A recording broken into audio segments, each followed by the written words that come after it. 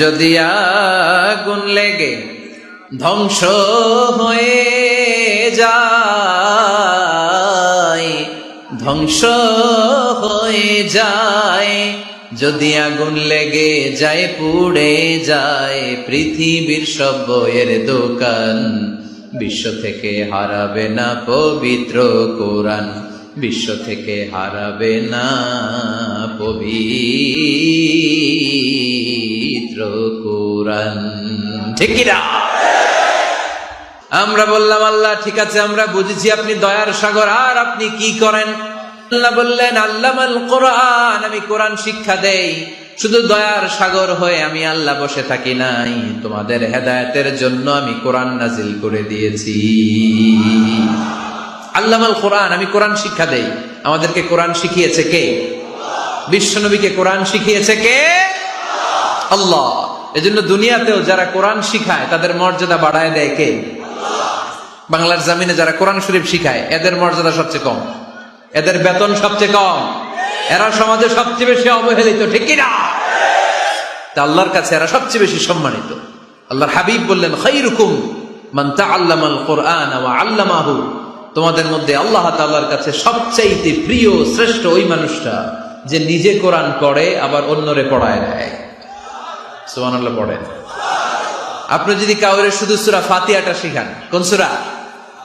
সূরা ফাতিহাটা যদি শিখায় দেন, সে যতদিন সূরা ফাতিহা তেলাওয়াত করবে ওই তার তেলাওয়াতের একটা পার্সেন্টেজ সওয়াব আপনার আমলনামায় আছে না নাই? সে যদি আবার আরেকজনের শিখায়, ওই লোক যদি আবার আরেকজনের শিখায় দেয়, এরকম যতজনকে তারা শিখাবে প্রত্যেকের তেলাওয়াতের একটা পার্সেন্টেজ সওয়াব আপনার আমলনামায় ঢুকায় দিবে কে?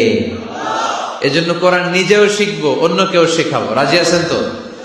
এজন্য কোরআন শিক্ষার আসর জন্য আমরা গড়ে তুলি। তালিমুল কোরআন প্রজেক্ট লাগবে, শিশুদের কোরআন শিক্ষার আসর, নারীদের কোরআন শিক্ষার আসর, বয়স্কদের কোরআন শিক্ষার আসর। আমরা কোরআন শিখে মরতে চাই, কোরআন জেনে মরতে চাই। No excuse will be granted that day. সেদিন আল্লাহ কোনো এক্সকিউজ গ্রহণ করবে না। সব পারো, হিন্দি তো ঠিকই কইতে পারো, হিন্দিতে কথা কইতে পারে না ছেলেপেলেরা? হিন্দি সিনেমা এমন দেখা দেখে হিন্দিতে কথা কইতে পারে। তো হিন্দি ভাষা বুঝতে পারলে, শিখতে পারলে আরবি পারলা না কেন? কোন এক্সকিউজ, ওজর, আপত্তি সেদিন আল্লাহ গ্রহণ করবে? আসুন আমরা কোরআন পড়ি, প্রতিদিন একটা আয়াত হলেও কমপক্ষে আমরা যেন কোরআনের অর্থ পড়ি, বঙ্গানুবাদ করি। রাজি আছেন তো? আপনাদের স্মার্টফোন আছে কার কার হাতে দেখি?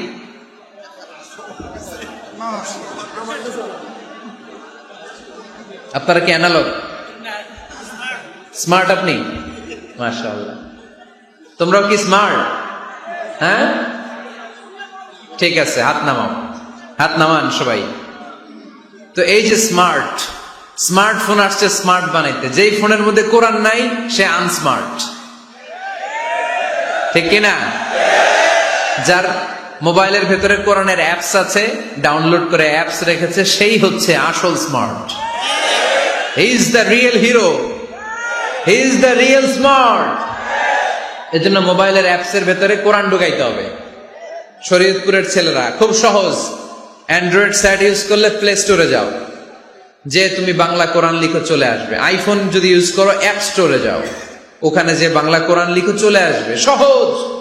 এত সহজ হওয়ার পরেও আল্লাহ কি বললেন আমরা যদি না শিখি, না জানি, আল্লাহ কি ক্ষমা করবে?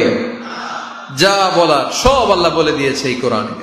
এই কোরআনে শুরু হয়েছে বিসমিল্লাহির রহমানির রহিম দিয়ে, মানে বা দিয়ে। কি দিয়ে? চিল্লায় বলেন না, কি দিয়ে? বা দিয়ে। আর এই কোরআন শেষ হয়েছে সূরাতুন নাস দিয়ে, যে সূরার শেষ আয়াত হচ্ছে মিনাল জিন্নাতি ওয়ান নাস। বা আর সিন মিলাইলে কি হয়? বাস। এবার বাসে চড়া শরীয়তপুর শহরে যাব। ওই বাস না, এই বাস মানে যথেষ্ট, এই বাস মানে সাফিসিয়েন্ট, কাফি। আল্লাহ বুঝালেন এই 30 পারায় 114টা সূরায় আমি যা দিয়েছি এটাই বাস, যথেষ্ট। নতুন করে আর কিচ্ছু লাগবে না। চিল্লায় বলেন ঠিক কিনা? এজন্য মোবাইলে কোরআনের অ্যাপস ঢুকাইবেন। কে কে ঢুকাইবেন আজকে থেকে দেখি? আমারে দেখানোর জন্য হাত তুলছেন? দেখাতে হবে একজন রে, তিনি কে? আল্লাহরে দেখান, আল্লাহর ফেরেশতারে দেখান। এখন কই মারছে হাত? আল্লাহর ফেরেশতার কথা কইছেন, ভয় ঢুকছে। ঢুকাবেন, ঢুকাবেন। এদিকে হাত তোলে না কেন? আছে? মাশাআল্লাহ, হাত নামান।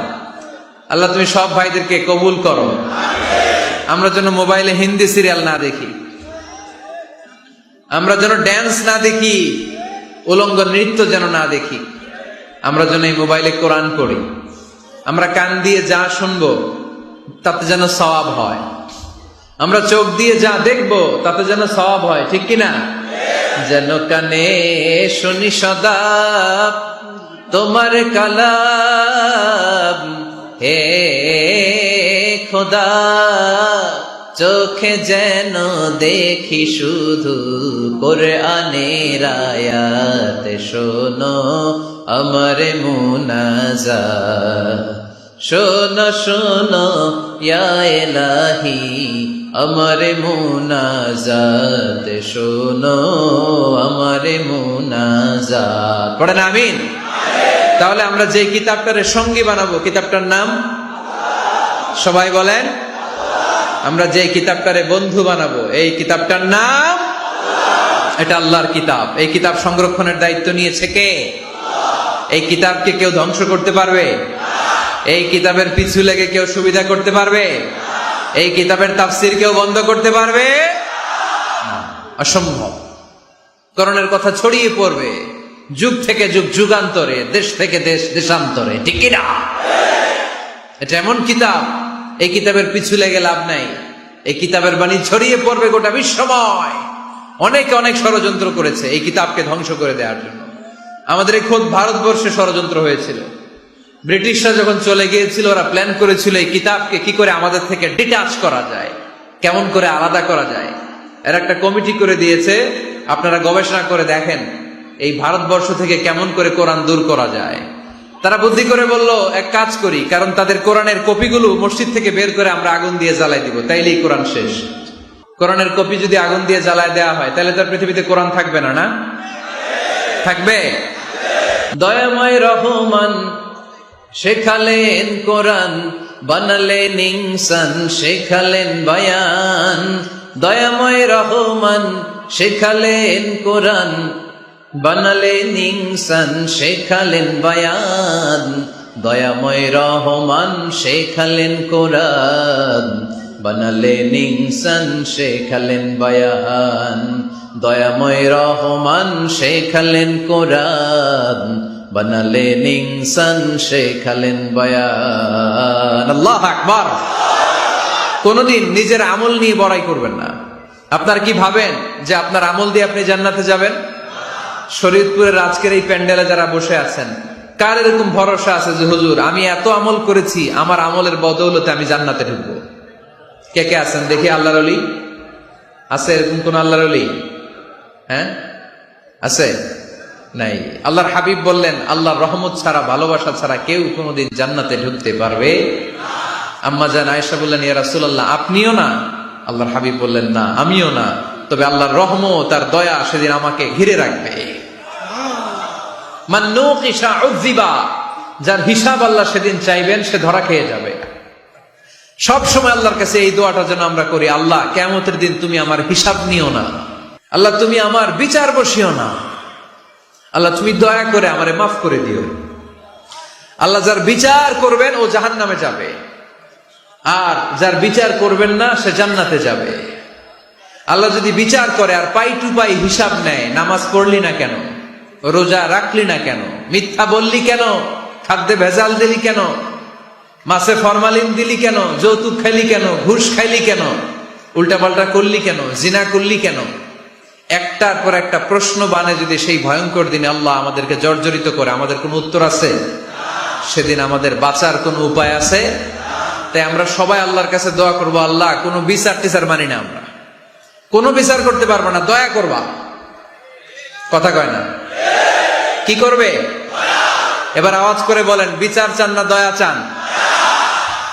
রোজ হাসরে আল্লাহ আমার করোনা বিচার, আল্লাহ করোনা বিচার। পড়েন আমিন। রোজ হাসরে আল্লাহ আমার করোনা বিচার, আল্লাহ করোনা বিচার। বিচার চাহি না তব দয়া চাহে এ গুনাহগার আল্লাহ। পড়েন আমিন। তিনি যদি দয়া করেন তবেই আমরা জান্নাত যেতে পারবো, ঠিক কিনা?